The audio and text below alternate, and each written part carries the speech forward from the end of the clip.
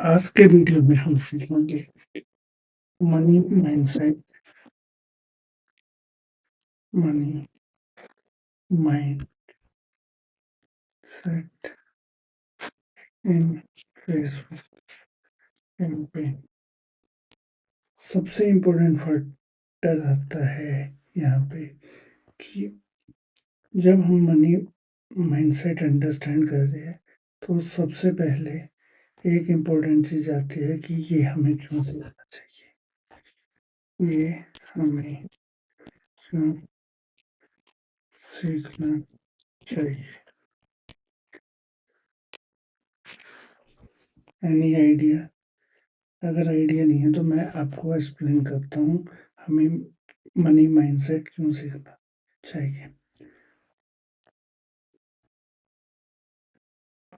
तो सबसे पहला फैक्टर है more campaign loss without money management. Money management के लिए बहुत से कैंपेन लॉस हो जाते हैं, इसलिए हमें थोड़ा सा अंडरस्टैंड करना चाहिए कि मनी मैनेजमेंट होता क्या है। अगर if my campaign is fail, अगर मेरा कैंपेन फेल हो जाता है, what is my next point of view or action or what I can do। तो ये दो इम्पोर्टेंट फैक्टर हैं। तो अब हम अंडरस्टैंड करते हैं जब किसी भी लाइफ के किसी भी एस्पेक्ट में मनी इन्वॉल्व होती है, मनी के साथ क्या आता है? मनी के साथ एक चीज बहुत इम्पोर्टेंट आती है, that is called responsibility. Responsibility, अगर तुम किसी के पैसे को लेकर रिस्पॉन्सिबल ही ना हो, नहीं होते हो, तो तुम किसी भी कैंपेन को अच्छे से नहीं कर सकते। क्योंकि जब अगर तुम रिस्पॉन्सिबिलिटी नहीं लेते हो तो यूनिवर्स के लॉ के अकॉर्डिंग जो वट एवर यू वांट आपको वो चीज नहीं मिलती। ठीक है, तो हमें सबसे पहले जब भी कोई क्लाइंट हमारे पास इन्वॉल्व होता है तो हम सबसे पहला काम करेंगे, उस मनी की रिस्पॉन्सिबिलिटी लेंगे। अब सेकंड स्टेप क्या है? जब हम उस मनी को लेके रिस्पॉन्सिबल बन जाते हैं तो उसके बाद क्या होता है, रिस्पॉन्सिबल बन जाते हैं तो उसके साथ एक चीज और आती है कि डिसीजन मेकिंग कैसे लें। ये इम्पोर्टेंट टू फैक्टर्स हैं माइंडसेट के लिए। First is money mindset, money management कैसे करना है। Second one is decision making. तो जब भी किसी कैंपेन में या लाइफ के किसी भी एस्पेक्ट में कैंपेन में मनी इंक्लूड होता है तो दो चीजें होती हैं। फर्स्ट वन इज आपका फेयर माइंडसेट जनरेट होता है, fair, and second mindset is growth. तो अब जब भी हम कैंपेन स्टडी कर रहे हैं तो हम अंडरस्टैंड करेंगे कि फेयर माइंडसेट कैसा होता है और ग्रोथ माइंडसेट कैसा होता है। और मैं अपना एक्सपीरियंस बताऊंगा कैसे तुम अपनी लाइफ को यहाँ से चालू है फेयर माइंडसेट से ऊपर उठ के ग्रोथ माइंडसेट पे लेके आ सकते हो, यहाँ पे ऐसे। ठीक है, तो सबसे पहले हम अंडरस्टैंड करते हैं डिसीजन मेकिंग कैसी होगी, प्लस ये दो टाइप के माइंडसेट हैं। तो पहले हम अंडरस्टैंड करेंगे ये दो टाइप के माइंडसेट, देन हम डिसीजन मेकिंग पे आते हैं। ठीक है, पहले आता है fear based mindset. Fear based mindset, तो फियर बेस्ड माइंडसेट क्या होता है? फियर बेस्ड माइंडसेट होता है अगर मैंने कैंपेन लॉन्च किया और मुझे रिटर्न नहीं आया, तो क्लाइंट चला जाएगा। ये मोस्ट केसेस में ये सिनारियो बनता है जब हम फियर बेस्ड माइंडसेट में रहते हैं, तो हमारे माइंडसेट में रहते हैं तो हमारे साथ ये चीज़ होती है कि अगर हमें लीड्स नहीं आई तो हमारा क्लाइंट हमसे दूर चला जाएगा। ठीक है, और ये माइंडसेट क्यों डेवलप होता है? क्योंकि हम लॉजिक और डाटा को छोड़कर इमोशन में आ जाते हैं, इमोशन से सोचते हैं। अब ये क्यों होता है हमारे साथ? ये इसलिए होता है क्योंकि हम बचपन से ही इमोशन सेंट्रिक हैं। ह्यूमन ब्रेन हमेशा डेवलप हुआ है सर्वाइवल माइंडसेट के। तो एक ये टाइप का माइंडसेट होता है सर्वाइवल माइंडसेट, जो बोलता है कि अगर वो क्या करता है, सर्वाइवल माइंडसेट हमेशा नेगेटिव की तरफ ज़्यादा सोचता है एज कम्पेयर टू पॉजिटिव। और ये होता है तुम्हारे लैक ऑफ नॉलेज और लैक ऑफ सेल्फ बिलीव की वजह से। ठीक है, तो अब ये नेगेटिव माइंडसेट आ गया। अब हम क्या करेंगे, अंडरस्टैंड करेंगे ग्रोथ माइंडसेट, देन हम कंटिन्यू इस पे आएंगे कि सर्वाइवल माइंडसेट को कैसे हम पॉजिटिव माइंडसेट में कन्वर्ट करते हैं।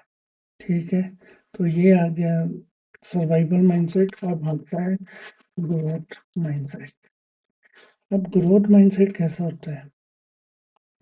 ग्रोथ माइंडसेट हमेशा बोलता है money I good, money I, तो उसके बाद वो क्या करेगा, जैसे उसके पास फंड अलाइन हुए उसके साथ, तो देन उसका नेक्स्ट स्टेप होगा वो रिस्पॉन्सिबिलिटी लेता है। रिस्पॉन्सिबिलिटी लेता है, जब वो रिस्पॉन्सिबिलिटी लेता है तो फिर उसके बाद वो क्या करता है, डाटा सेंट्रिक होता है। ठीक है, data centric, data base decision में। अगर वो डाटा बेस से डिसीजन मेकिंग करता है तो सबसे बड़ी चीज आती है, वो अगर मनी लूज भी करेगा या उसको कन्वर्जन भी नहीं आएगी, मान लो कन्वर्जन नहीं आई, तो वो क्या करेगा, उसके रीजन फाइंड आउट करेगा। व्हाट इज द फैक्टर, मुझे कन्वर्जन नहीं आई, तो वो चीजें होती हैं। अब ग्रोथ माइंडसेट बनता कैसे है? ग्रोथ माइंडसेट बनता है ऑलवेज अपने आप को पॉजिटिव थॉट देख के, रेगुलर बेसिस पे।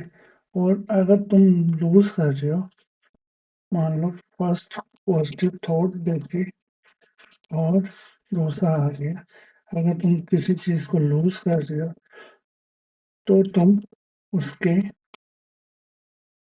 पीछे के reason find out find out करोगे, तो ये होता है। अब हम अंडरस्टैंड करते हैं सर्वाइवल माइंडसेट से ऊपर उठ के कैंपेन को कैसे हम डिसीजन मेकिंग पे लेके आते हैं। तो ये है प्रोसेस फेसबुक कैंपेन में माइंडसेट का। मैं अब तुम्हें एक बहुत इम्पोर्टेंट चीज सिखा रहा हूँ, that is called Facebook process, Facebook ads process. Ads पे लगा देते हैं, या इसको बोल सकते हैं मेटा एड प्रोसेस। तो सबसे पहले क्या आएगा इसमें, पहला स्टेप आता है इसमें कैंपेन, क्लाइंट। सबसे पहला स्टेप आ गया क्लाइंट। हमारे पास क्लाइंट से प्रपोजल आया, प्रपोजल के बाद हमारी सारी डिस्कशन हो गई यहाँ पे। उसके बाद क्या करेंगे, हम अपना टीजी डिफाइन करेंगे, टारगेट नहीं, उससे पहले क्लाइंट से पहले हम एक चीज़ और करेंगे, अंडरस्टैंड करेंगे what is the product. Product क्या है, ठीक है। अब जब तुम्हें प्रोडक्ट के बारे में पता चल गया, अब उसके बाद तुम डिफाइन करोगे उसकी टारगेट ऑडियंस क्या है। टारगेट ऑडियंस क्या है। जब तुम्हें उसकी टारगेट ऑडियंस अंडरस्टैंड होगी, उसके बाद तुम एक और चीज करोगे, ऑब्जेक्टिव क्या है। ऑब्जेक्टिव क्या है, और उसके बाद तुम ऑब्जेक्टिव सेट करने के बाद डिफाइन करोगे हम क्रिएटिव कैसा यूज करें, कैसा यूज कर रहे हैं। ये 4-5 चीजें, ये आ गया, ये आ गई प्री प्लानिंग। इसको बोलते हैं प्री प्लानिंग। कैंपेन लॉन्च होने से पहले ये होती है हमारी प्री प्लानिंग। अब जब हमने यहाँ स्टडी किया फियर बेस्ड माइंडसेट, यहाँ स्टडी किया ग्रोथ बेस्ड माइंडसेट, यहाँ आ गया हमारा तुम्हारे प्रोसेस। अब यूज कहाँ होता है क्रिएटिव माइंडसेट। अब ये ग्रोथ और माइंडसेट को कैसे हम बैलेंस करते हैं और कैसे हम ऊपर उठते हैं।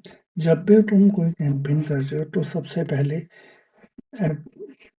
पहले तुम्हारा टास्क होगा कैंपेन से रिलेटेड जितने भी क्वेश्चन आ रहे हैं उनको क्या करो, एक पेपर में लिखो। लिखो रीजन। अब यहाँ पे तुम्हें आ सकता है अगर मेरा, और कैसे लिखना है मैं बताऊँ। सबसे best, one side negative thought और सेकंड साइड लिखो पॉजिटिव थॉट। तो अब तुम्हें यहाँ अंडरस्टैंड होगा, ये हम चेक कर रहे हैं अपनी इमोशनल स्टेट। यहाँ पे लिखो अगर कन्वर्जन नहीं हुई तो। सेकंड चीज, अगर पैसा ज्यादा खर्च हुआ तो। इस टाइप के तुम अपने सारे नेगेटिव थॉट ले सकते हो। अब पॉजिटिव आउटपुट देखो, अगर let's I how I feel client का अच्छा रिस्पॉन्स आ गया। ये होते हैं पॉजिटिव माइंडसेट, ये नेगेटिव माइंडसेट। जब तुम्हें ये नेगेटिव माइंडसेट आ रहे हैं, एक कागज पे लिख के इसको जला दो। This is called burn out exercise. Burn out exercise. जब तुम बर्न आउट एक्सरसाइज करोगे, ये चीज हो जाएगी निगलेक्ट। अब तुम्हारा माइंडसेट इस चीज को लेके आगे कैंपेन करना चालू करेगा। अब हम यहाँ पे अंडरस्टैंड करेंगे दो चीजें, decision making. Decision making, decision making हम दो तरह से करेंगे। First is